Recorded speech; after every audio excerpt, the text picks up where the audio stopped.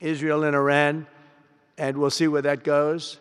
But when you think of Israel, we've done the biggest thing of all. We have peace in the Middle East right now. That's bigger than people said it couldn't be done. For 3,000 years, they've been talking about Middle East. They said it couldn't be done. And you look at what's happened in Gaza. And one of the keys to it was when we took those beautiful, magnificent, we just ordered 22 more of them, updated model. The B-2 bombers are incredible. I never understood the B-2 bomber. I'd watch, it's a wing. And I've never quite understood that, Johnny. I'd look at it, I'd say it was beautiful, but what does it do? It carries very big bombs. And it went into Iran, and it totally decimated the nuclear potential.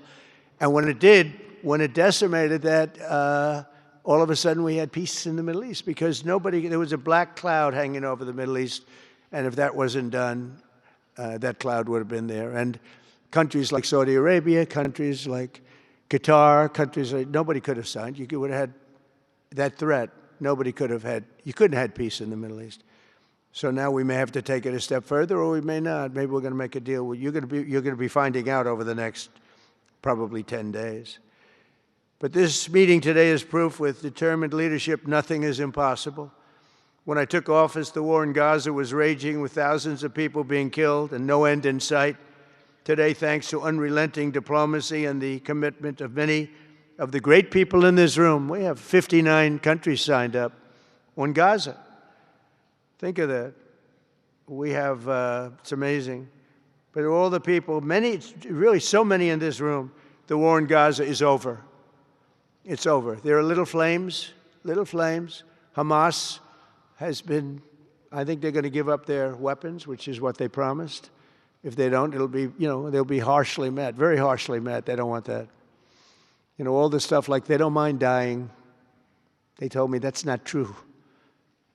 Everyone said, oh, they don't mind dying. No, they don't want to die. They said, we don't want to die. People don't want to die. The ceasefire was held, and every last remaining hostage, both living and dead, has been returned back home. Think of that. That was an impossibility. And we did hundreds of hostages, but the last 20, and I always said to Steve and Jared, I said, the last 20 are going to be very tough, very, very tough. And we got them back. We got the living back, and then we only got about 16 of the dead, and we said, well, you got to get them all. You promised them all. And they dug and dug and dug. You can imagine it's a job that's brutal. And Hamas really did a lot of that work. And you got to give them credit for that. They brought the last one home a week ago, and we got all 28 of them, living and dead. The amazing thing, because I've never seen anything quite like it, the parents of the dead, they knew their boy was dead. This case, boys, all boys, men, but to the parents' boys. They knew their boy was dead. They wanted that dead body as much as if he were alive. And when they got them back, there was great sadness, but there was great joy, too. They wanted it as much as the people that got their sons back alive. But we got a lot of people before those 20, Steve, what nobody talks about. But, hundreds of people.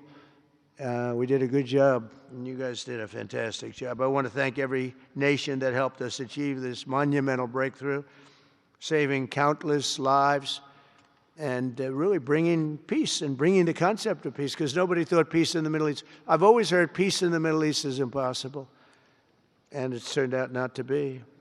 And we do have some work to do with Iran. They can't have a nuclear weapon. It's very simple. You can't have peace in the Middle East if they have a nuclear weapon. And they can't have a nuclear weapon, and they've been told that very strongly. Since the hard-won ceasefire of last October, the United States and our partners have facilitated the delivery of vast amounts of humanitarian aid, numbers that nobody's ever seen before. In November, the United Nations Security Council unanimously approved the Board of Peace. And last month in Davos, we welcomed over 24 members to this very important new organization. And we are very closely working with the United Nations. In fact, I'm going to speak to the Secretary General in a little while. He's a good man. And I've had a good relationship. Other than in my last speech, they did turn off my teleprompter. I got up there. My teleprompter didn't work. I'm sitting in front of all of you people and more. I had no teleprompter. I knew I was in trouble because I'm walking up. You know, the teleprompters are over here. I had the most beautiful speech ready. I was all set to knock them dead. First, I had an escalator that stopped. You know that. It's going up. Boom.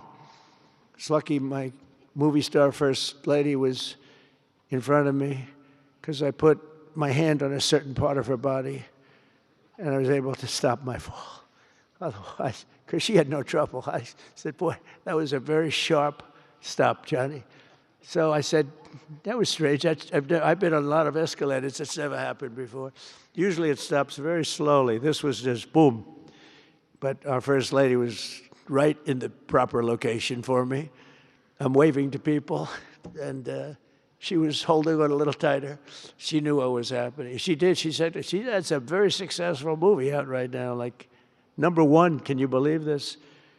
And she's a big movie star. And I always say it's trouble because I always say there's not room in one family for 2 stars. I told her that. We can't have 2 stars in one family. So I don't know what that means, but it's not good.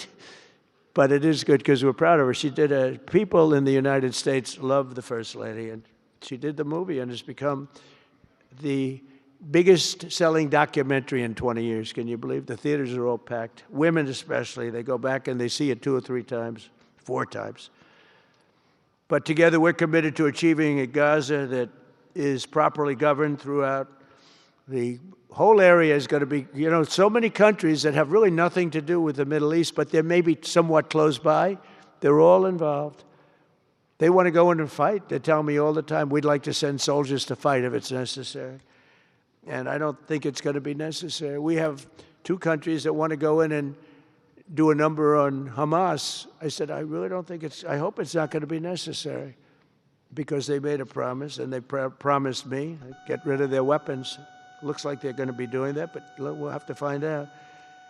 But it's no longer a hotbed of radicalism and terror.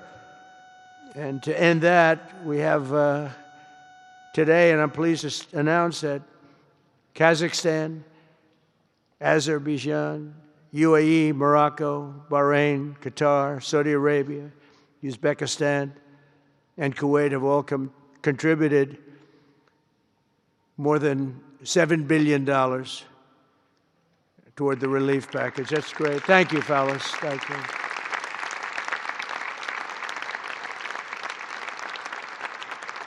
And many more are contributing, too, so the numbers are, you know, this just started. This is our first meeting. But every dollar spent is an investment in stability and the hope of new and harmonious. It's a region that's so important. It's so vibrant. It's so incredible. The people are so incredible, but we want to have a harmonious Middle East. The Middle East is amazing.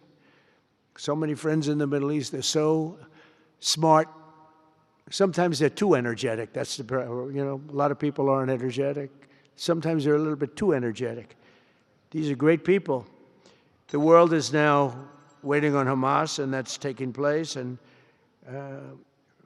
it's the only thing that's right now standing in the way. We have Lebanon with certain things that we're working on that are very important. We have to solve the problem of Lebanon, but it's relatively small in terms of what's been done.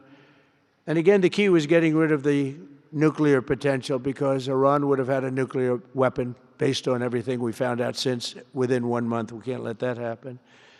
So many of our friends in Europe are attending today, and we're eager to have them become full members. They all want to become full members, and we've had a great response from Europe. And Europe is, you know, it's where I come from, where so many people come from that are in the United States.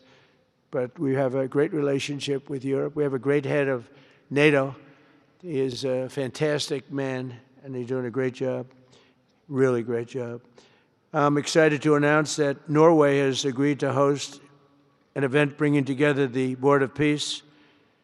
Oh, I thought when I saw this note, I'm excited to announce that Norway, I thought they were going to say that they're giving me the Nobel Prize. Oh, this is less exciting. Oh, says, I'm excited to announce that Norway, and I'm saying, oh, great, I'm getting the Nobel Prize, finally. Finally, they got it right. But I don't care. I don't care about Nobel Prize. I care about saving lives, just so you understand. We play and we all, do what we have to do. I only have one thing. I don't want to see people killed from parts of the world that are very far away from the United States. And if I have an ability to turn off wars, I want to use that ability because it's people, millions of people. It's like the Prime Minister said, 25 million people maybe. And that's a small number compared to what it could have been if you really think about it, right? No, I want to save lives, and I don't care about prizes. And the UN Office for Coordination of Humanitarian Assistance is raising $2 billion for the support of Gaza. Additionally, Japan has just committed to host an aid fundraiser, which will be a very big one. It's already successful. We know some of the numbers that are being talked about, which will be attended by other nations in the region, including South Korea, the Philippines, Singapore, and others. And I know that China is going to be involved, and I think Russia is going to be involved. I think they will be. I want to have everybody, get all sides, because it doesn't help when you have all sides with one ideology. You have to have everybody together for this. I'm also pleased to announce that FIFA will be helping to raise a total of $75 million for projects in Gaza. And I think they're soccer related, where you're doing fields and you're getting the greatest stars in the world to go there. And people that are bigger stars than you and I, Johnny. I hate to say it. I met one of your great stars who came to the White House, as you know. And my son was very excited. These are great people. These are great people. And Johnny's going to bring the stars to the area. And they're really known. People in Gaza know every one of them, right? So it's really something. And we'll soon be detailing the announcement. And if I can I'll get over there with you. I want to thank Johnny and FIFA for all of the wonderful things they did and are doing. They gave me their first Peace Prize. They gave me a Peace Prize. I think they saw that I got screwed by Norway, and they said, let's give him a Peace Prize. I mean, very good. Thank you, Johnny. I appreciate it. Johnny's very smart. He's very, very smart. The nations represented here today, just in closing, are not just contributing money. Some are also pledging personnel to help preserve the ceasefire and secure a very enduring peace. We have to have enduring peace. Having peace, knowing it's going to blow up in 2 weeks, doesn't mean anything. In particular, Indonesia, thank you very much. Indonesia. It's a great country. Thank you very much. Look at that man. Look how tough he is. You think it's easy dealing with him? Look at that face. You are a tough cookie. And we say it lovingly, too. We need strength. You say, see, he doesn't mind. He's tough and he's smart.